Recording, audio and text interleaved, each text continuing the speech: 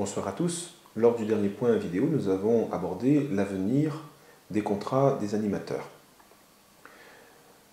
Alors, j'ai une excellente nouvelle à vous annoncer, c'est que la solution a été trouvée.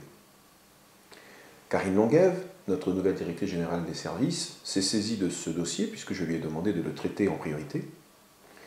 Et justement, nous avons trouvé des solutions qui allaient convenir à l'ensemble de ce personnel.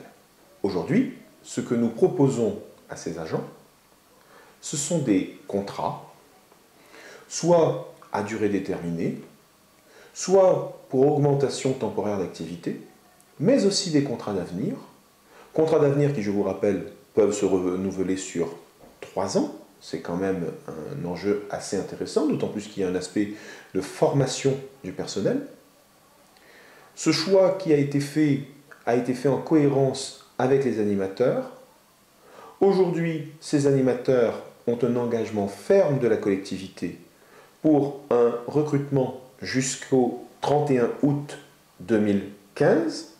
Ça, c'est quand même une exception, je tiens à le souligner. Généralement, dans les collectivités, nous n'avons pas cette garantie de pérennité.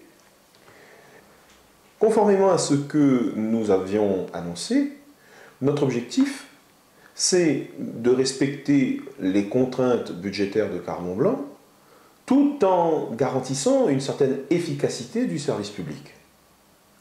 Et donc, la solution que nous avons trouvée aujourd'hui montre bien que les situations précédentes n'étaient pas convenables pour nos animateurs, puisque rien ne leur garantissait une forme de pérennité de l'emploi, même si cela va jusqu'au 31 août 2015. Aujourd'hui, cette garantie est acquise. Nous avons même une démarche de formation qui est proposée à ce personnel.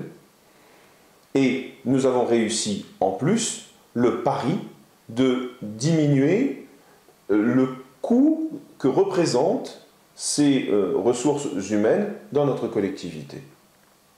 Je fais mienne la volonté de toujours agir dans cette direction et faire ainsi en sorte de rendre le meilleur service à la population en garantissant que l'argent public est correctement utilisé.